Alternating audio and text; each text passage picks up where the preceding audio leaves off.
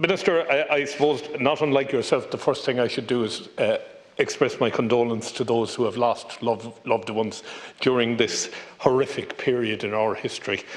To lose a loved one is one thing, but to lose a loved one and be on your own in your grief must be terrible. I also want to congratulate the frontline staff, our hospital workers, our cleaners, our retail staff, anybody who keeps this economy going, and of course my beloved Defence Forces, who have always been there anytime they've been called upon. So I want to compliment those.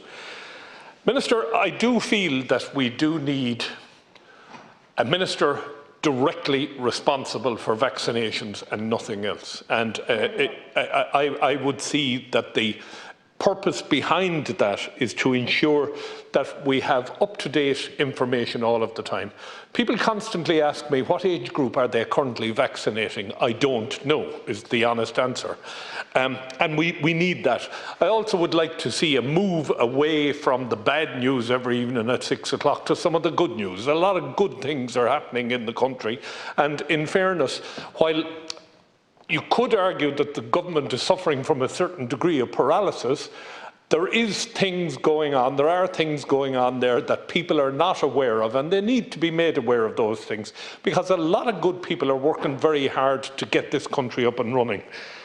The hotel quarantines, that for me is a serious issue, because we don't have anybody centrally in charge. It's a mix between the Defence Forces are in an administrative liaison role there, the hotel company is responsible for the security, etc. The Department of Health is responsible for the overall, or the HSE is responsible for the overall.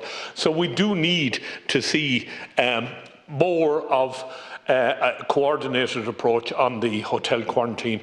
It's a bit late in the day to be complaining about the fact that it took so goddamn long to get it in place. It should have been in place at the start of this year. In fact, it should have been in place at the end of the year. But we are where we are, and now we've got to make it work.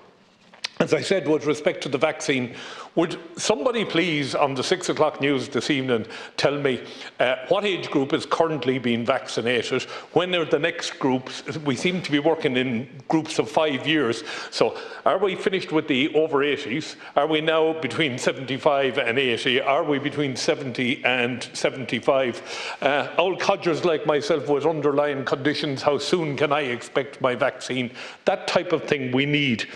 Now, Minister, one of the things I would like to understand, and I listened to the Chief Medical Officer this morning from the HSE, antigen testing. Pat Kenny has been on about this, Luke O'Neill has been on about this for months. And today I heard a report is on the Minister's desk now. What are we doing with a report at this stage? The European Union has sanctioned antigen testing and has recommended it as one of the tools. It is not by any means the be-all and end-all. It is just a tool that can be used. And this weekend, my colleague Senator Byrne was talking there a few moments ago about concert. There was a concert in Madrid or Barcelona this weekend. I think it was 5,000 attended it. They all had to have an antigen test before they went in. COVID-19 has stolen a year of my grandchildren's lives from school, from experiencing the normal social interactions. 18 and 19-year-olds, 16 maybe, on to the mid-20s, it has stolen the most exciting years of their lives. They have lost a year. Old codgers like myself, we're losing out on that valuable year with our grandchildren that we won't ever get to live again. So I would like to see something more positive coming out, and I think antigen testing is one of the areas. There's a lot of work being done in the area of aerosol transmission at the moment. And again, Ireland seems to be behind the curve on this, because in a lot of countries now, there are mechanical solutions that can be put in place in a chamber like this, for example, that allows for rapid air changing to reduce the level of infection. And why haven't we got that in this country? Why are we still behind the curve? Is it that we are so paralysed by a system that has to have all the legal imperatives in place? before we can do anything. I can see I'm running out of time. Look, Minister, I really do wish you well as things go forward, but I would like to see a staged opening up of the country. I don't want to see major shows or matches right away.